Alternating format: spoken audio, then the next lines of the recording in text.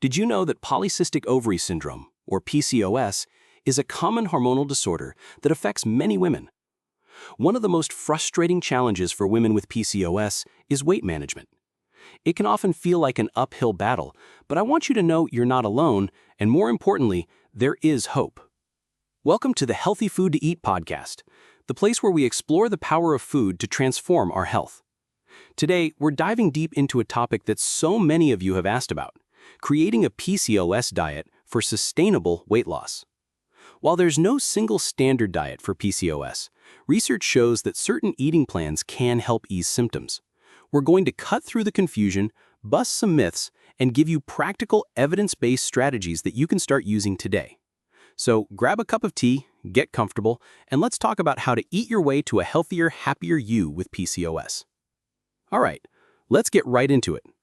The big question: why is weight loss with PCOS so difficult? Have you ever felt that way?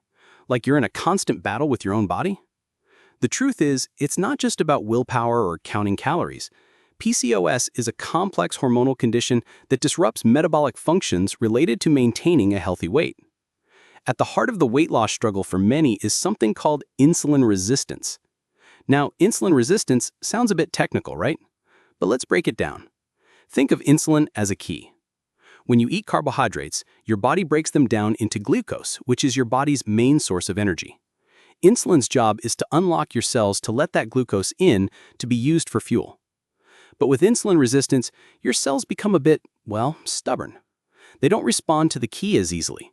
So your pancreas, the organ that makes insulin, has to work overtime, pumping out more and more insulin to get the job done.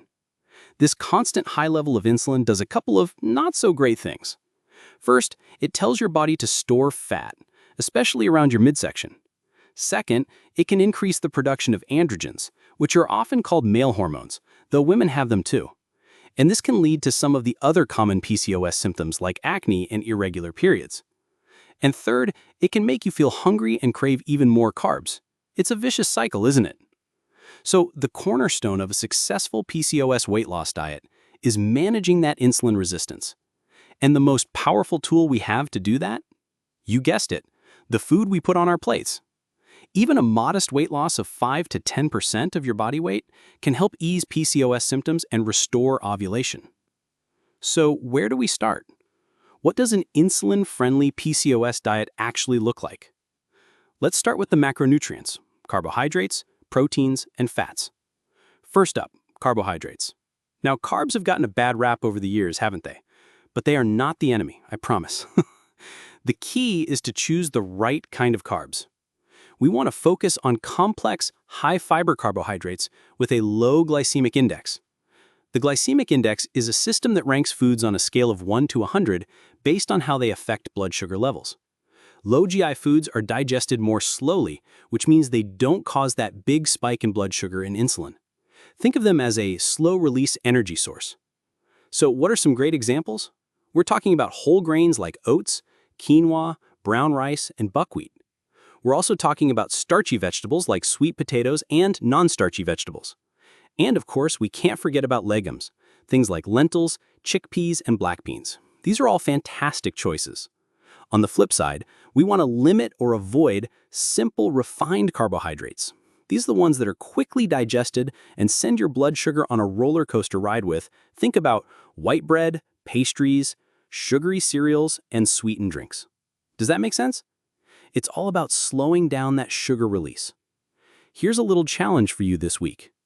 Try swapping one refined carbohydrate in your daily diet for a complex one. Maybe it's having oatmeal for breakfast instead of a sugary cereal, or choosing brown rice with your dinner instead of white. Small changes can make a huge difference. Next, let's talk about protein.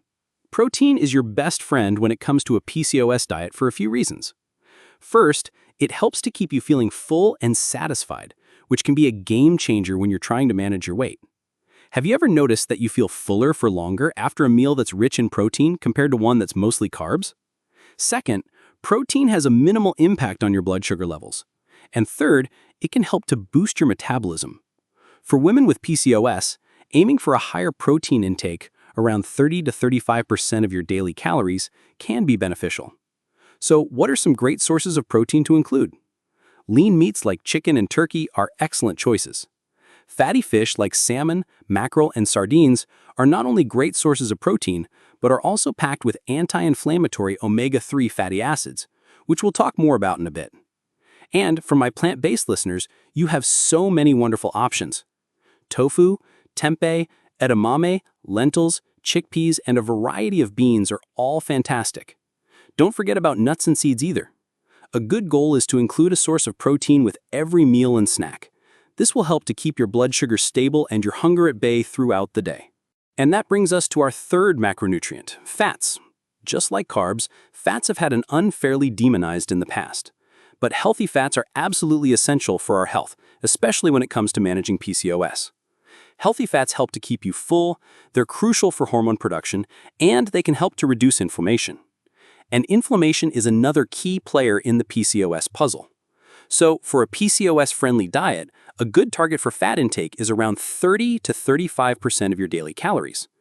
We'll dive deeper into inflammation shortly. But for now, let's focus on the best sources of healthy fats. We're talking about avocados. Who doesn't love avocados, right? Olive oil, nuts and seeds like almonds, walnuts, chia seeds, and flax seeds are all fantastic. The fats we want to be mindful of are the unhealthy trans fats often found in processed foods, fried foods, and some baked goods. And we also want to be mindful of the amount of saturated fats that we're consuming, which are typically found in red meat and full-fat dairy products. So the takeaway here is to embrace healthy fats. Don't be afraid to add half an avocado to your salad or a sprinkle of chia seeds to your morning smoothie. Now, I mentioned inflammation a moment ago, and I think this is a really important piece of the puzzle that often gets overlooked. Research has shown that women with PCOS often have chronic low-grade inflammation. So what exactly is inflammation? Well, acute inflammation is a good thing. It's your body's natural response to injury or infection. But chronic inflammation is when that response stays switched on, and it can contribute to a whole host of health problems, including insulin resistance and weight gain. So how do we combat this with our diet? We focus on anti-inflammatory foods. A study published in the North American Journal of Medical Sciences found that people with PCOS who followed an anti-inflammatory diet for 3 months lost weight and saw improvements in other health markers. And what are these magical foods? Well, they're not that magical. They're actually quite simple and delicious. Think about colorful fruits and vegetables. The deeper and richer the color, the more antioxidants and anti-inflammatory compounds they tend to have. So load up on berries, leafy greens like spinach and kale, broccoli and bell peppers. We already mentioned fatty fish like salmon, which is a powerhouse of anti-inflammatory omega-3s. And spices like turmeric and ginger are also incredibly potent anti-inflammatory agents. Have you ever tried making a golden milk latte with turmeric? It's delicious and so good for you. And on the other side of the coin, we want to reduce or eliminate inflammatory foods. The biggest culprits here are processed foods, sugary drinks, and unhealthy fats. So a great way to think about it is to eat the rainbow. The more natural color you can get on your plate, the better. I know we've covered a lot of information so far. How are you feeling? Does it all seem a bit overwhelming? Let's try to bring it all together into what a day of eating might look like. And remember, this is just an example. The best diet for you is one that you enjoy and can stick with in the long run.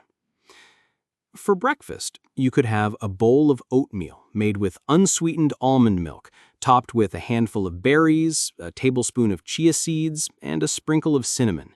That's a great combination of complex carbs, fiber, healthy fats, and protein. For lunch, how about a large salad with mixed greens, grilled chicken or chickpeas, a variety of colorful veggies, half an avocado, and a dressing made with olive oil and lemon juice. And for dinner, you could have a piece of baked salmon with a side of roasted sweet potatoes and steamed broccoli. And for snacks, instead of reaching for a bag of chips, you could have an apple with a handful of almonds or some Greek yogurt with a few walnuts. See, it doesn't have to be complicated or boring. It's about focusing on whole, unprocessed foods that nourish your body and help to balance your hormones. Now, I want to touch on a few other important dietary considerations for PCOS. First, let's talk about dairy. This is a bit of a controversial topic in the PCOS world.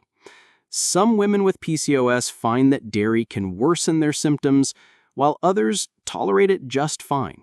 This is one of those areas where it really comes down to individual sensitivity.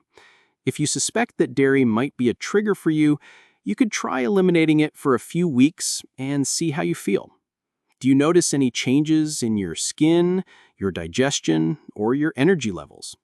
If you do decide to include dairy, opt for high-quality, full-fat versions in moderation. Next, let's talk about gluten. Similar to dairy, some women with PCOS find that they are sensitive to gluten and feel better when they avoid it. There's not a lot of strong scientific evidence to support a gluten-free diet for all women with PCOS, but if you have a known gluten sensitivity or celiac disease, then of course you should avoid it. Again, if you're curious, you could try an elimination diet under the guidance of a healthcare professional to see if it makes a difference for you. And finally, let's talk about the importance of gut health. Our gut microbiome, the trillions of bacteria that live in our digestive tract, plays a huge role in our overall health, including our hormone balance and our weight. To support a healthy gut, we want to eat plenty of fiber-rich foods as these feed the good bacteria in our gut. We also want to include fermented foods like yogurt with live cultures, kefir, sauerkraut, and kimchi, which are great sources of probiotics. So, we've talked a lot about what to eat, but what about how to eat? The way we structure our meals can also have a big impact on our blood sugar and insulin levels. Have you ever heard the advice to eat small, frequent meals throughout the day? The idea behind this is to keep your blood sugar stable and prevent those big spikes and crashes. For some people, this works really well. For others, they might find that they do better with 3 larger meals and no snacks. There's no one-size-fits-all answer here. The most important thing is to listen to your body and find a pattern that works for you. Another important point is to never skip meals, especially breakfast. Starting your day with a balanced meal can help to set you up for success and prevent overeating later in the day. And of course, it's important to stay hydrated. Drinking plenty of water throughout the day is crucial for so many bodily functions, and it can also help you to feel full and manage your weight. I know we've gone through a mountain of information today, so let's take a moment to summarize the key takeaways. The foundation of a PCOS diet for weight loss is managing insulin resistance and reducing inflammation. We do this by focusing on whole, unprocessed foods.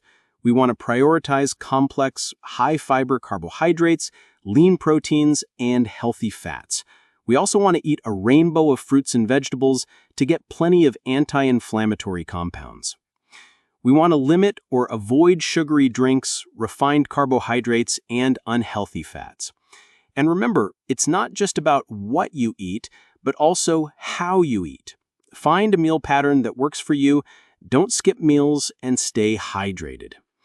But the most important thing I want you to take away from this is to be kind to yourself. Living with PCOS can be challenging, and it's okay to have off days. It's about progress, not perfection. This is a journey, and every small positive change you make is a step in the right direction. Before we wrap up, I want to say a huge thank you for joining me on the Healthy Food to Eat podcast today. I hope you found this information helpful and empowering. If you have any questions or topics you'd like us to cover in future episodes, please let us know in the comments below. We love hearing from you. And if you haven't already, be sure to subscribe to our channel so you don't miss out on our next episode.